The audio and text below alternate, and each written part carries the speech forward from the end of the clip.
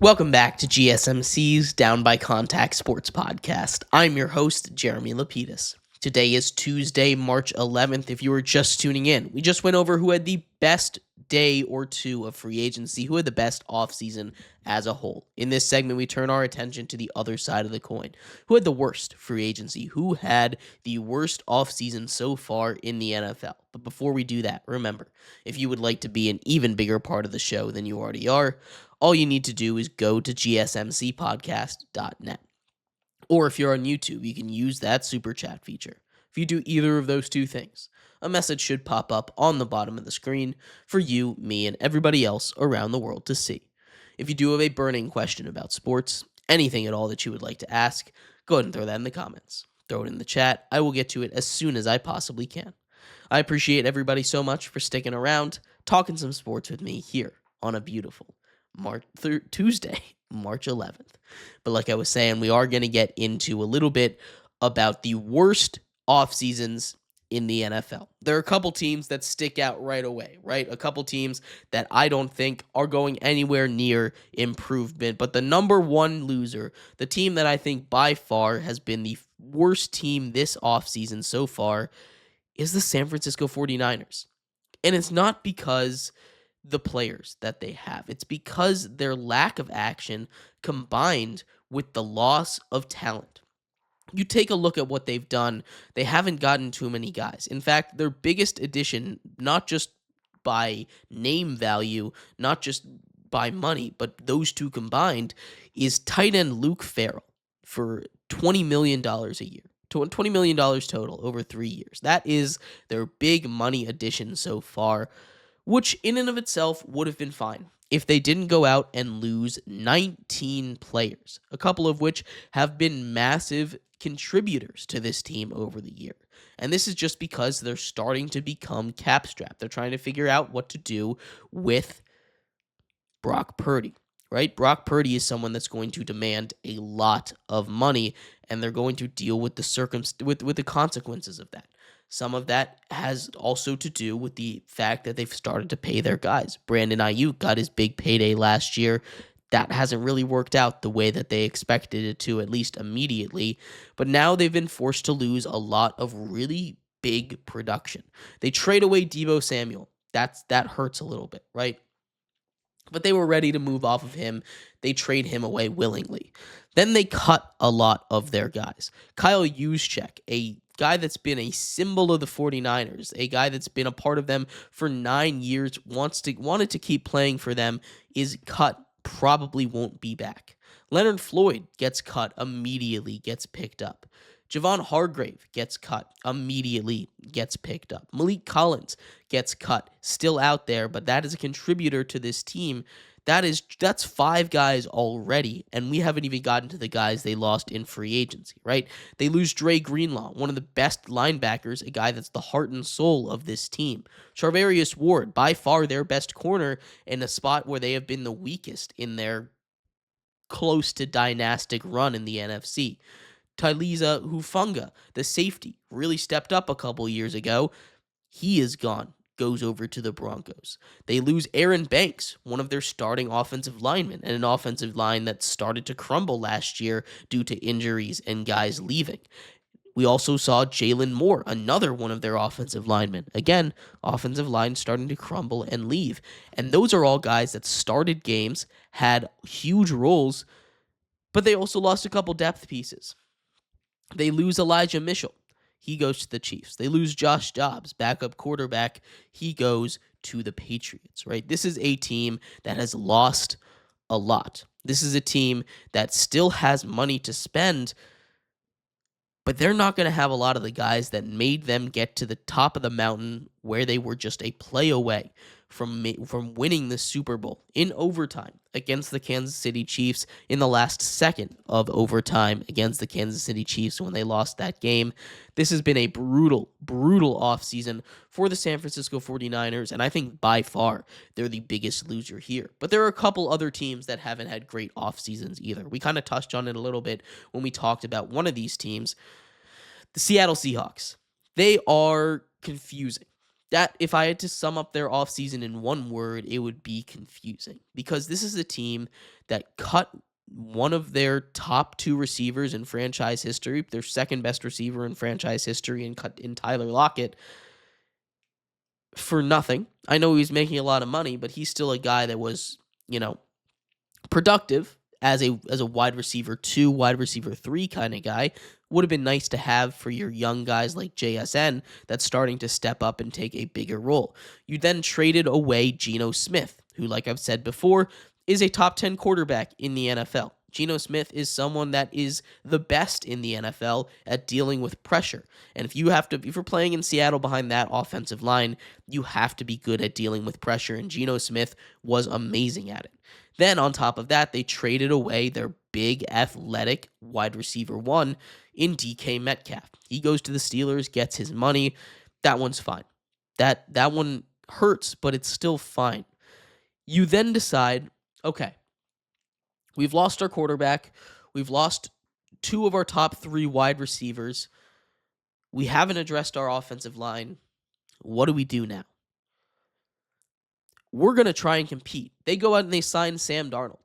They trade a top 10 quarterback for a top 20 quarterback. Then they pretend like it's going to be no big deal. They don't fix their biggest issue, which is the offensive line. They re-sign Ernest Jones, linebacker, for a pretty solid deal. I love Ernest Jones.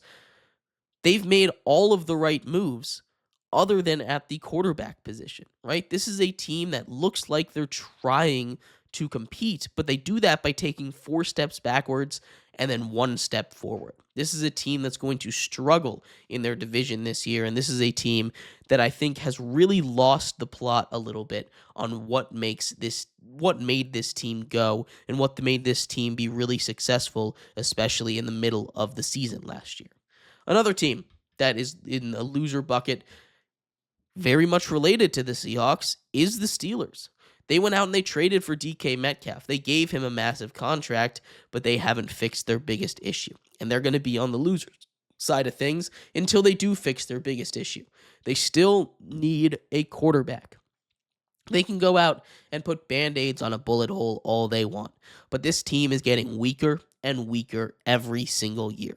This is a team that is going off of the essence of what the Steelers were 10 years ago under Big Ben. This is a team that is trying its darndest to be successful without having the puzzle pieces in the puzzle the right direction, right? This is a team that is really trying. They had Justin Fields. He wanted to come back, but they were too scared to commit to him, which is fine if you're too scared to commit to him, but you should have a backup plan then. And right now their backup plan consists of, maybe we should get Aaron Rodgers. Maybe we should bring back Russell Wilson. This is just not a Steelers team or a Steelers offseason that's inspiring a lot of confidence in me. This is not a team that I look at and I say, wow, this Steelers team is making huge improvements. This is a Steelers team that with the addition of DK Metcalf, they're going to be able to get to that next gear. Maybe they can't, but they desperately need a quarterback. And until they get a quarterback, they will plant themselves firmly in the loser's side of the offseason. In that same vein of not fixing your biggest weakness, the Texans are another team that's been a loser in my mind. They're trading away their biggest weakness, the offensive line. They traded away Laramie Tunsil. They traded away Kenyon Green, both of which were on a pretty bad unit last year, but it's not like individual. It's like a hand, right? If individual fingers are doing their job, they won't get hurt, but the ones that are, sticking out, they're going to get broken if you throw a punch with it, right? The rest of that offensive line still needs to show up. It's not necessarily their fault that the offensive line was bad. Their numbers suffered because of it. They had to pick up a lot of the slack. But this is not the way that this offseason needed to go for them. There's a lot of things that they could do, and I like some of the smaller moves they've done, but they've completely decided to avoid their biggest issue, the glaring hole that caught up to them in the big moments in the regular season when they had to go up against a good defense in the postseason. They really struggled with the pass rush getting to CJ Stroud, and they're not making that problem any better. In fact, they're making it worse. So they're losers for this offseason. And the other two are just because they've been scared to make a big move. The Cowboys have done basically nothing.